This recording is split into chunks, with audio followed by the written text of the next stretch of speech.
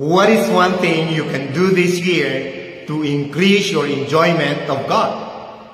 Ano ang isang bagay na maaari mong gawin ngayong taon upang madagdagan ang iyong kasiyahan sa Diyos? Our enjoyment of God comes primarily through the means of grace He has given us. He has promised to bless us most directly and consistently through means such as His Word, prayer, and the church.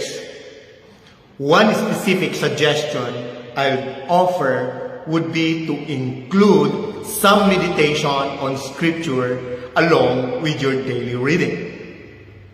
It's better to read less if necessary, and yet, as the result of meditation, remember something than to read more and remember nothing.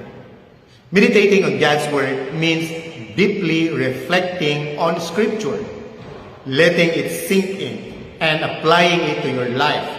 It's like savoring a verse, pondering its meaning, and letting it shape your thoughts and actions. If you do this, it will guarantee an increase in your enjoyment of God. Amen.